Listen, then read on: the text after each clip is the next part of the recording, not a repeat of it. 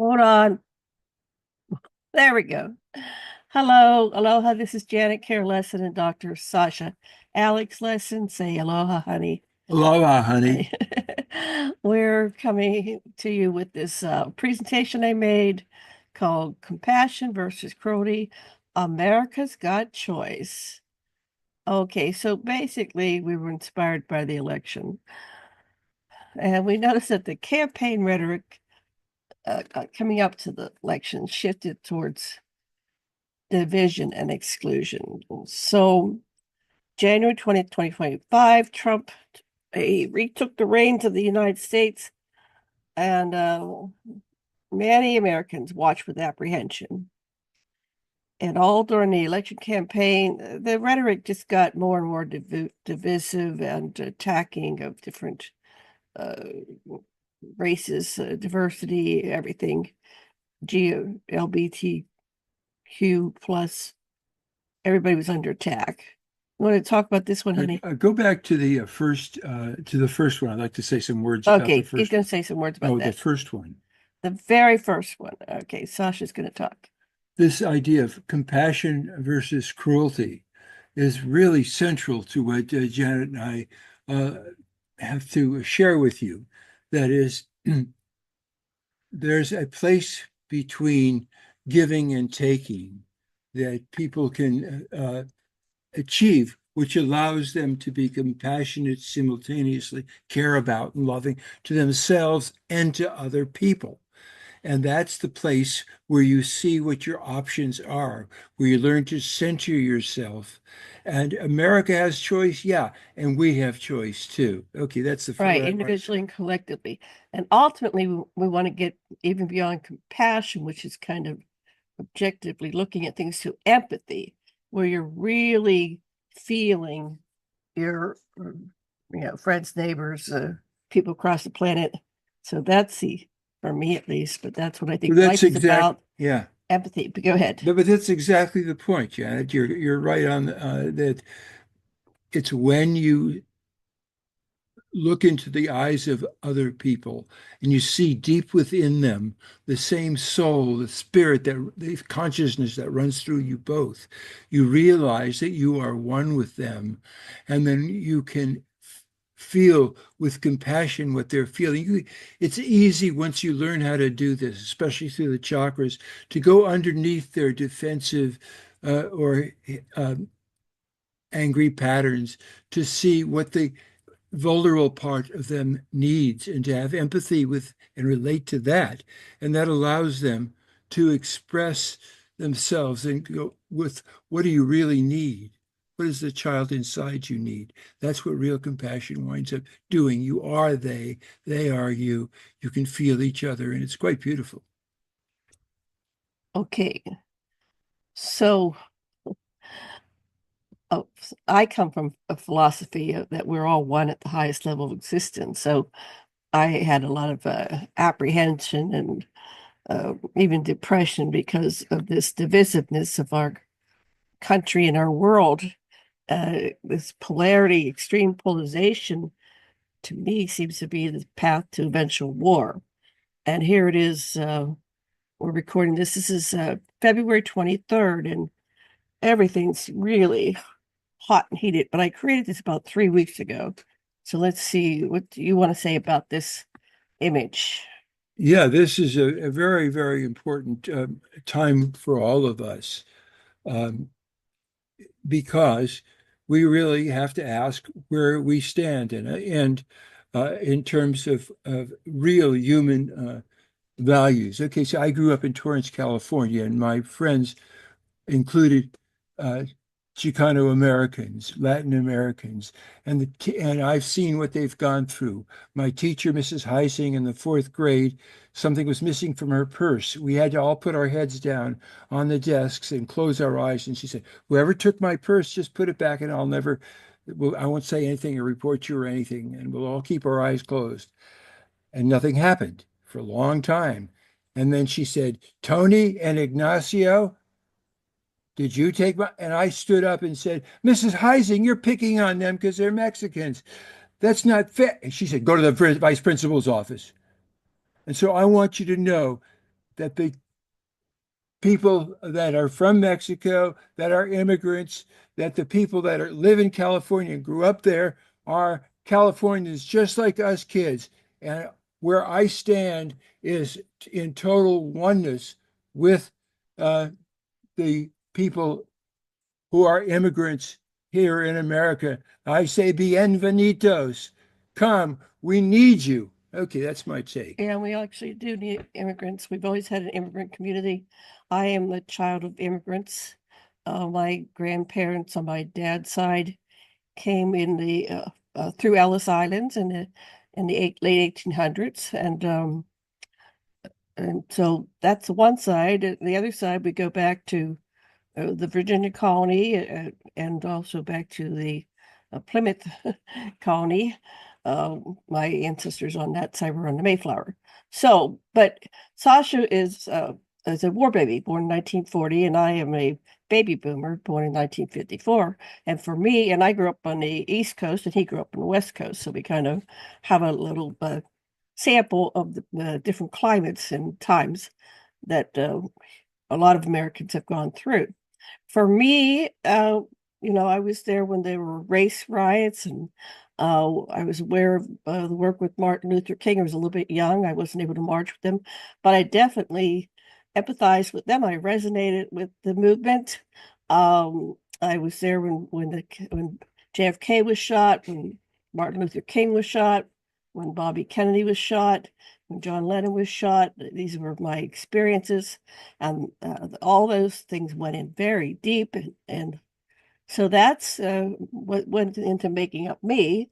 My parents were Republicans, but back then we were very bipartisan as a society, and it didn't really matter uh, that much, like it does now. And so we all loved each other and learned how to get along. So I was in a black and white culture, and we had diversity within our schools. But then when I went to Penn State, I really got to experience diversity. And then I moved to Honolulu in 1993, and there I was a minority for the first time. And what an experience that was. But I loved it. I embraced it. And I said, I'm going to learn about my culture and my planet. And that means there's all these different people here and different beliefs. Okay, next slide. Okay, so one of the early things that Trump is saying, and the MAGAs were saying that he was going to, get rid of all the immigrants. Initially, he was saying it's just going to be the criminals. That didn't pan out to be true. He's imposing these horrible tariffs all over the planet, and we're seeing Trump says he's going to fix the price of eggs and inflation and this, that, but we're seeing the rise of inflation. Eggs are up 10 to whatever. What's a dozen eggs, hun? $10 a dozen or something like that now. He wants to go and take back the Panama Canal and Greenland and so on and so forth. So I think that's very extreme. We used to be friends of the world and allies, and to me, that's very distressing. So, what do you think, Sasha? I have a little bit of quite a different take on Panama. When the drug lord Noriega was president of Panama, the United States sent troops in Panama and killed everybody in his building. He got away, and they killed everybody in the path. And they finally got him and made him incommunicado in the jails so that he couldn't say that he worked for the CIA. And so our interference in the internal affairs of Latin American countries has been continual from the get-go. And this is just an extension of the kind of colonialism that we've engaged in and gunboat diplomacy, and it's deplorable. Let us respect the Panamanians. Let us honor them. There's been some very decent negotiations about what concerns our Secretary of Defense is that the Chinese have taken up critical positions where they can block uh, passage through the Panama Canal and threaten American interests. And if Panama is willing to negotiate about that, I think there's reasonable things that we can actually talk about. Mr. Rubio seems to be doing a decent job in that regard. Yeah, so diplomacy is nice. Having a conversation around things is nice. It's nice in countries talking to each other. It's nice in families talk to each other. So have a communication. But this, I don't like the bully techniques. I never liked bullies. I quit high school because of bullies. So no bullies. Okay, so uh and then also there's Canada too, which I didn't have in that slide. So these actions signal a departure from diplomacy and mutual respect, creates a growing culture of fear and control. And our United States once prided herself in the promise of freedom and opportunity for all. And now it's all dark, dark, dark and ugly. What do you want to say about this, honey? Well, actually, it's when you realize that much of what we call America is actually was taken by force of arms from Mexico, uh, and the president actually sent his son-in-law Kearney out to make sure that the United States also got California and New Mexico. What president was that? This is all under President Polk. Polk, Polk. Okay, okay, and McKinley was equally voracious, and we were ready to fight the Russians to to force them to sell Alaska, and so this business about uh, we stole most of the Southwest from Mexico. We stole it. We stole it by killing people. You got it? So And we so started wars and fighting and exactly, and you know the English and the British fought over the area, the northeast area of the United States, back and forth and back and forth. It's been a long, terrible fight among colonial powers that ignored the pain of the native people that have been living here under terrible conditions, and so that I don't think we ever had diplomacy and a mutual respect. I think that's nonsense. They didn't have that. all right. Well, my husband's a historian and a college professor, so I always defer to him on a lot of this stuff here because I just had the normal history that was kind of fed to us in our 1950s and 60s American schools, United States schools, I should say. America is a big place. United States is a little subculture on that culture. Okay, so yeah, we have a violent history of going in and taking. So we're gonna ever grow up, become a conscious, civilized civilization, or we're just gonna keep taking. You know, That is the in the question. beginning, at the time that they were forced to move, the Cherokee had their own language, they had their own churches, they had their own schools. They were totally literate. They were just as literate as the colonists, and ultimately more so than Andy Jackson and his people that ran them off, killed most of them on this long, long walk to Indian territory in Oklahoma. And this is genocide, just like the Israelis are now doing in Palestine. And don't kid yourself. The United States has been a murderous country from the get-go. Next slide. Anyway, yeah, this makes me want to get back to bed. Okay, so fear has metastasized into cruelty. So here, this is a very cruel planet. So anyway, we're just talking about fear right now. And what would you like to say? Because you have a lot to The say. function of fear is to pay attention to things. It's not to be immobilized, but when you feel fear, that's just uh, your well, the part of your brain that warns you to these things, your amygdala, is telling you, pay attention. There's danger. Your inner patriarch is saying, watch what's going on. You must survive. Pay attention. That's the meaning of fear. Don't dismiss it from your mind. Don't let it cripple you, but use it to find out what you have to pay attention to. And so think of each thing you fear. These are the things that you have to pay attention to. And there are many things to look at right now.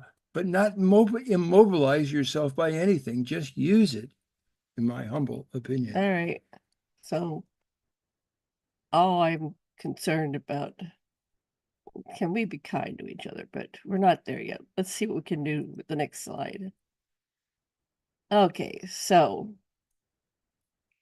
anyway, I guess we were always bullies, but I had the illusion growing up in the 50s, 60s that America was uh, full of compassion. And I did. There was a lot of love and compassion. We had the most incredible music that the planet has ever produced. We had a culture that was rising up the baby boomers, and we were fighting against war, and we were promoting peace, and we had love-ins and sit-ins, and lots of hope and optimism, and our nation was thriving. Our middle class was growing. My parents were able to support a family of five on one income. Our mothers, that generation, most of them stayed at home. We got to play outside until, especially in summer, until after dark even, and it was safe. Most places were safe.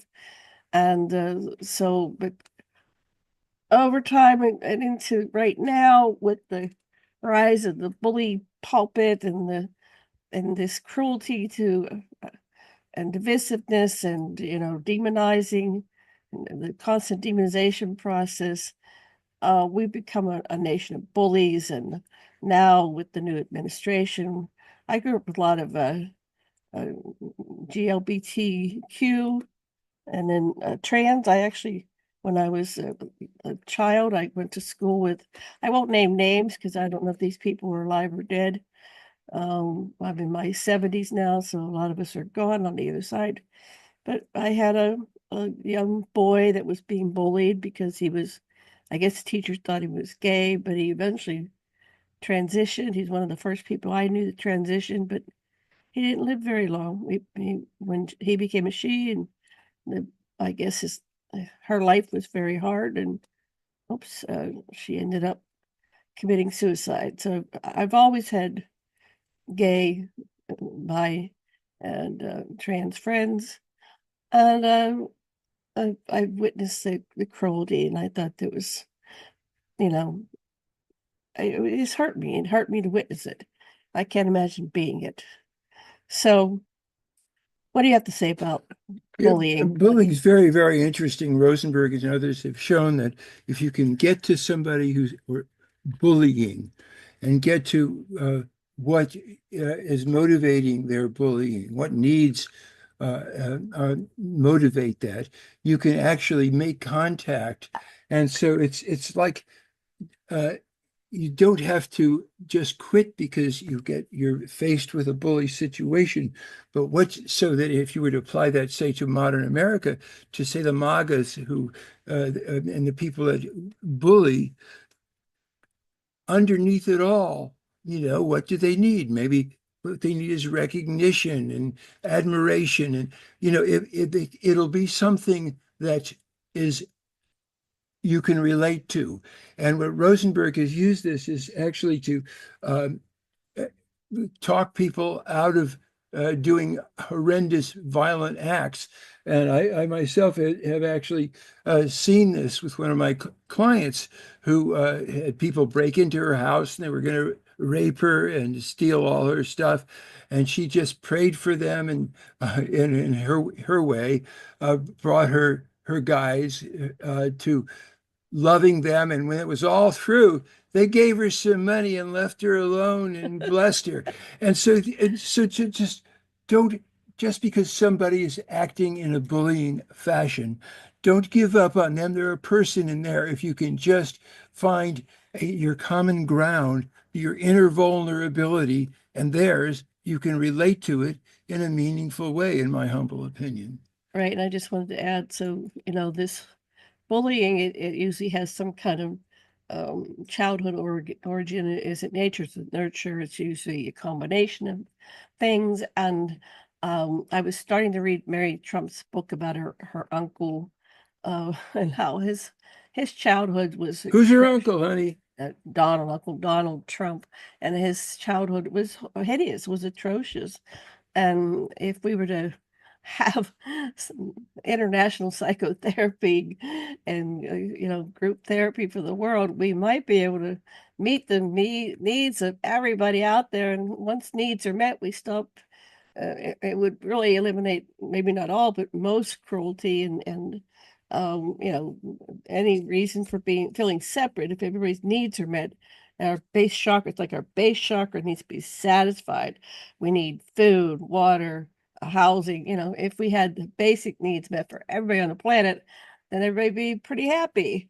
But there's always that part that likes to watch horror movies and do things, but at least the polarity wouldn't be so far apart. We would be closer in harmony and resonance with one another. You have anything else to Oh, say? just some 2,000 years or so ago, a rabbi in Jerusalem said, "Hey, you know what? Just love everybody. Love your neighbor like yourself. Yeah, Just practice compassion." You know, the dude had it right on, in my he hit it right opinion. on. So we're running out of time for this episode. We're just started this series. We will be back with some more. But anything you want to say to wrap things up, honey? Yeah, you just remember you're always have two sides to everything, and if you can embrace both sides, you can rise above the situation and have clarity. Remember that. All right. So thank you for joining us. I'm Janet Care Lessin and Dr. Sasha. Who I'm are you, honey? I'm Sasha Lessin. Aloha. Okay. Well, now I gotta figure out how to get out of here. Aloha.